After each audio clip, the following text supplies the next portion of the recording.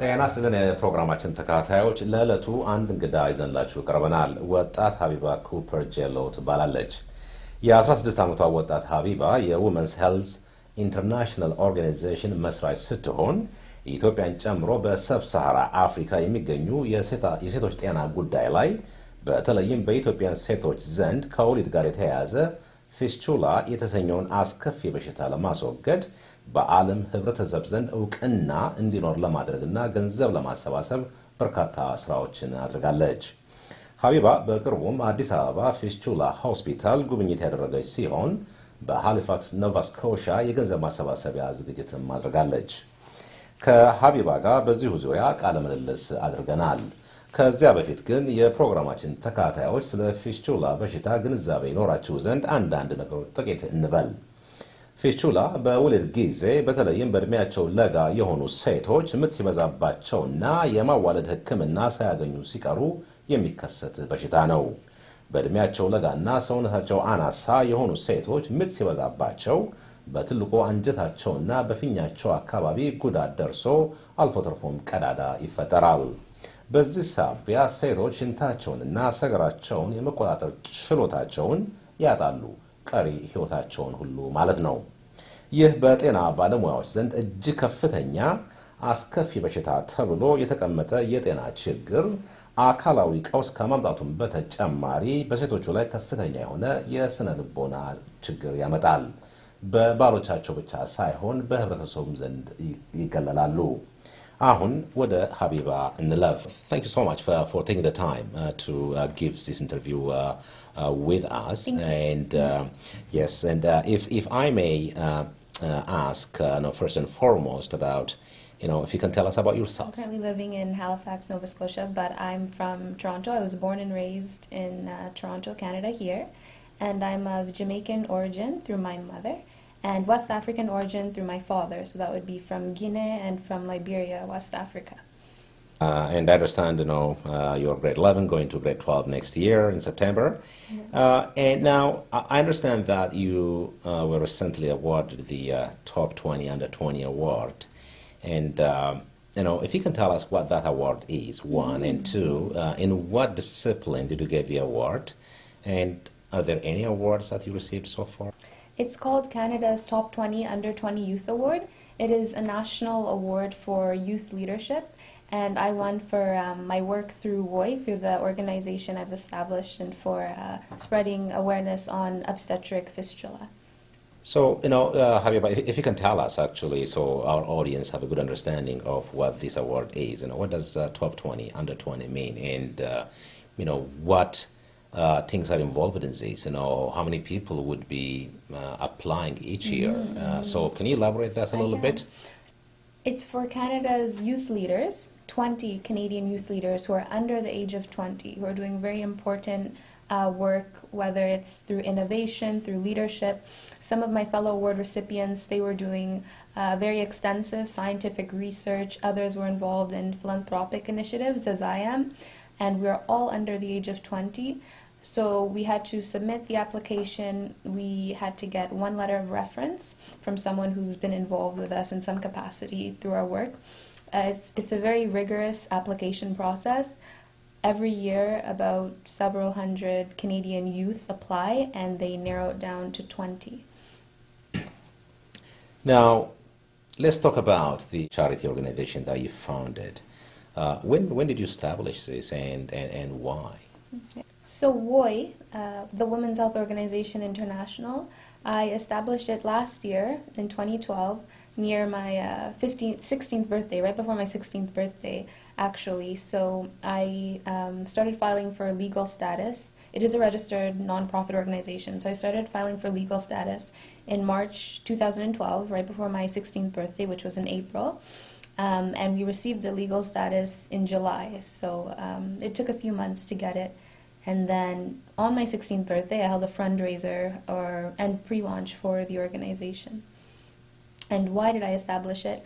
I established it primarily to bring awareness to obstetric fistula, which is a devastating childbirth affliction, and to other issues that affect women of Africa and the African diaspora, other health issues. But it's mainly for obstetric fistula awareness. Thank you so much, Habiba. የፕሮግራማችን ተከታታዮች ከሀቢባ ጋር የምናደርገው ቃለ ምልልስ ከዚህ ማስታወቂያ በኋላ እንደገና ይቀጥላል። አብራችሁ ልትቆዩ ጋብዛለሁ። የፕሮግራማችን ተከታታዮች ከሀቢባ ጋር የምናደርገው ቃለ ምልልስ አሁንም ይቀጥላል። ከዚያ በፊት ግን የፊስቹላ በሽታ በኢትዮጵያ ምን ያህል አስከፊ እንደሆነ ለግንዛቤ ይረዳ ዘንድ አንዳንድ አሃዞችን እንጥቀስ። በሽታው በአብዛኛው የሚከሰተው በገጠሪቱ ኢትዮጵያ ሲሆን በአሁኑ ወቅት ከ100,000 በላይ ሴቶች በዚህ በሽታ ይሰቃያሉ። በየዓመቱ 9,000 የሚሆኑ ሴቶች ለዚህ በሽታ ይዳረጋሉ። ሕክምና የሚያገኙት ግን በጣም ጥቂቶቹ ብቻ ናቸው። 100 ሚሊዮን ለሚጠጋ የኢትዮጵያ ሕዝብ አገሪቱ ያሉት የወሊድ ወይም የማህፀን ዶክተሮች ብዛት 200 ብቻ ሲሆን ከዚህም ውስጥ 100 ያህሉ ብቻ በመንግስት ሆስፒታሎች ያገለግላሉ። 2,000 የሚሆኑ ስልጠና ያላቸው ከአዋላጆች ወይም ሚድዋይፍስ በአገሪቱ ያሉ ሲሆን ይህ በሬሾ ሲሰላ አንድ አዋላጅ ለ14,000 ሴቶች ይሆናል ማለት ነው። አሁን ከሀቢባ ጋር ወደምናደርገው ቃለ ምልልስ እንለፍ። ሀቢባ, I know that you went to Ethiopia lately, quite recently, and why did you go to Ethiopia, and how was your visit like into the Addis Ababa Fistula Hospital? And what's fistula after all, so that our audience have a good understanding of what that disease means? I have a strong interest in the culture, the politics, and the history of Ethiopia.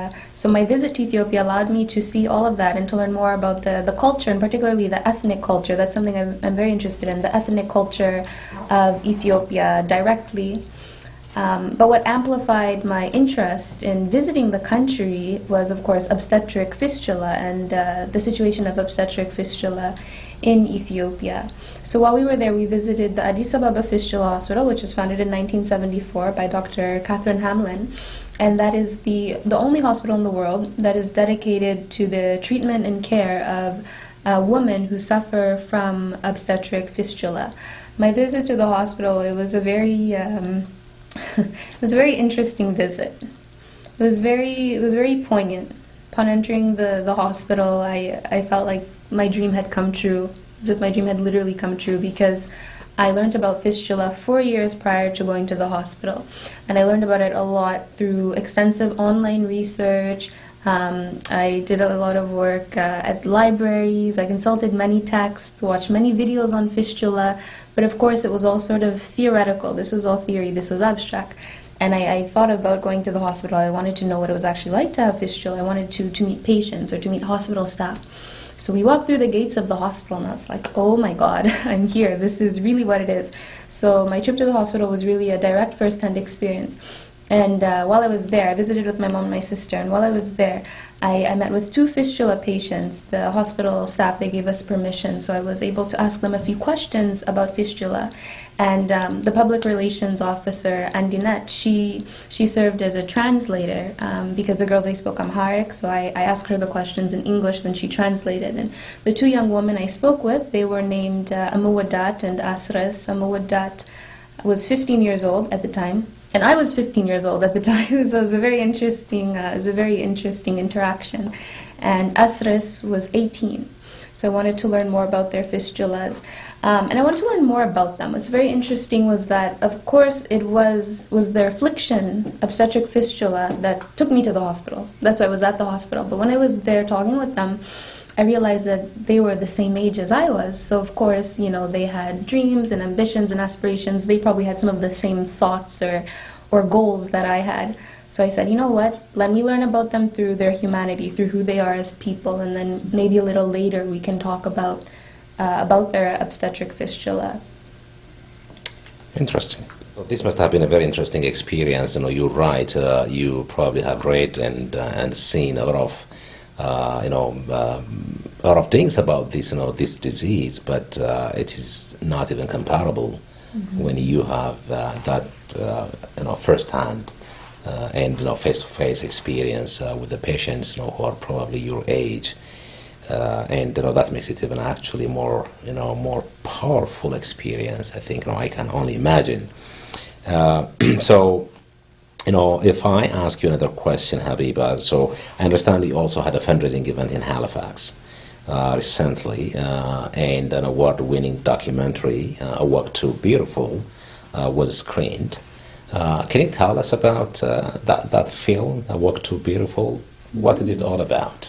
A Walk to Beautiful is a film about obstetric fistula in Ethiopia. It was produced by Engel Entertainment in 2008. So it tells the story of a few Ethiopian women, 3 Ethiopian women, who suffer from fistula and how they empower themselves at the Addis Ababa Fistula Hospital upon receiving treatment. So it tells the story of Ayo, one woman, Admas, another one, and Wubete, another woman. So it basically follows them from their homes to the Addis Ababa Fistula Hospital, and then once they are cured, it tells the story of their reintegration, how they sort of rehabilitate and reintegrate into their societies and their families, and basically how they lead a normal life once again.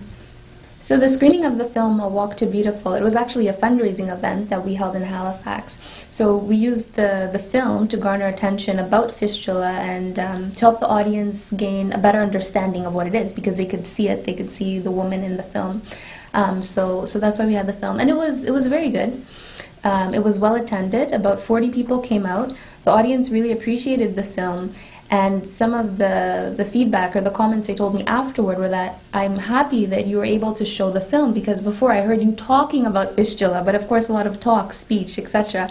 But they weren't seeing it. They weren't seeing what the issue was. So through the film they could see it and they could appreciate obstetric fistula on an emotional level. It was somewhat more direct than just hearing me talking about it all the time. So it was well attended, and then afterward we had a discussion. So it was a facilitated discussion. I loosely facilitated it, and I asked the audience for their feedback, if they had any questions. And the audience was very enthusiastic and very engaged in the discussion, and I appreciated all of their feedback. And what was interesting was that many of the audience members knew quite a bit about Ethiopian politics, or even sort of the women's health situation in Ethiopia. There were a few Ethiopians who attended, which I was happy to see, because they could share their insights about Ethiopia and about women's health in Ethiopia from an Ethiopian perspective. The funds we raised at the event are going toward women at the Addis Ababa Fistula Hospital. So it was a fundraiser for the hospital. Thank you so much, Habiba, again. የፕሮግራማችን ተከታታዮች ከሀቢባ ጋር ያደረግነው ቃለ ምልልስ አልተጠናቀቀም። ከዚህ ማስታወቂያ በኋላ እንደገና እንመለሳለን። አብራችሁን ቆዩ። ስለ ፊስቱላ በሽታ አስከፊነት ካነሳን ዘንዳ የሕክምናውስ ጉዳይ በኢትዮጵያ ምን ይመስላል የሚለውንም ጥቂት እንበል። ለዚህ በሽታ ሕክምና የሚሰጥ ብቸኛ ሆስፒታል አዲስ አበባ ፊስቱላ ሆስፒታል ሲሆን የተቋቋመው በአጼ ኃይለ ሥላሴ ዘመን እንደ አውሮፓውያን አቆጣጠር በ1974 ዓመተ ምህረት ነው። በንጉሱ እርዳታ ሆስፒታሉ የተቋቋመው ዶክተር ካትሪን ሃምሊን በተሰኙ አውስትራሊያዊ በጎ አድራጊ ሐኪም ነው። በሽታው በሕክምና የሚድን ሲሆን በአማካይ ለአንድ ሴት 450 የዩኤስ ዶላር ወይም ደግሞ 9000 የኢትዮጵያ ብር ይፈጃል። ሆስፒታሉ ከተቋቋመበት ጊዜ ጀምሮ እስካሁን ድረስ ለ30,000 ሴቶች ሕክምና ሰጥቷል። አሁን ወደ ሀቢባ ወደምናደርገው ቃለ ምልልስ እንለፍ። So Habiba, if I can ask you, so that our audience have a good understanding of what the disease is, what is fistula? Fistula is a childbirth-derived illness. Basically what happens during labor, the baby cannot get out of the mother's birth canal. So in an extremely desperate attempt to get out of the mother's birth canal, the baby cuts off the oxygen supply to itself, the uterine artery that supplies it with oxygen when it's in the mother's womb. So by the time the baby is born, it's stillborn because there was no oxygen going to the baby at the time of labor. But what happens to the mother is that she has a hole, a fistula, in her bladder or in her rectum.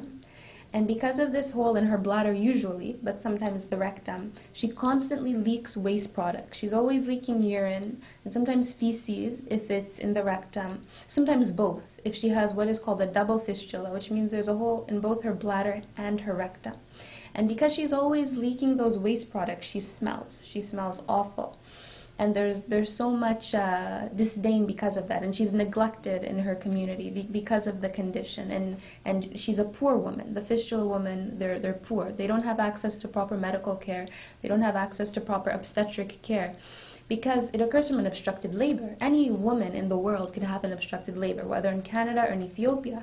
But the difference is women of a higher socioeconomic class, they have access to emergency obstetric care, basically a C-section. That's how you would prevent an obstructed labor, a C-section. These women, these fistula patients, they don't. So because of that, they have a fistula now in their bladder or their rectum. They're constantly leaking waste products. Their husbands abandon them, their families abandon them. Society turns their back on these women, and they're neglected. Sometimes living with this condition for years, for 50 years, for 60 years if they never find a treatment. Sometimes for the whole lives if they die because of the fistula, if their fistula gets infected, or if they die due to the severe psychological damage that occurs because of it. So it's a very tragic illness, and the World Health Organization calls it the most horrific illness known to humankind. So that is essentially obstetric fistula. So over the past 5 years, I've learned a great deal about obstetric fistula, but my inspiration initially came from an article in 2008 about a young girl named Anafgat Ayuba. So this girl was from Tarbiyat, Niger, West Africa, and she suffered from an obstetric fistula. So at the time I was, looking into my West African heritage, learning more about it, and Anafgat came up, this young Tuareg girl. And so I was reading the article. I said, what is this obstetric fistula? I've never heard about it. So I read her story, and I was very moved by her story. Anafgat, she experienced an agonizing 4-day labor. 4-day labor. It was unsuccessful. So her father eventually took her to the capital city, Niamey, to the National Hospital of Niamey, where her baby was stillborn, actually. She gave birth to a stillborn baby, and she had an obstetric fistula. Her fistula was cured, thankfully, by a team of obstetric surgeons, and then she was able to return to her hometown, Tarbiyat, where she went back to school, and she was actually a stellar student. Her classmates dubbed her the college student because she was so smart, she was so determined. She wanted to study medicine and to be a doctor and to help other women like herself who suffered from preventable maternal health diseases. So I'm like, wow, this is such an inspirational story. Look at this amazing young Nigerian woman, Anafgat, empowering herself. And so I said, I'm going to learn more about Anafgat, and I'm going to learn more about obstetric fistula. So I continued my research, and then I found another article. And in the next article, Anafgat was dead.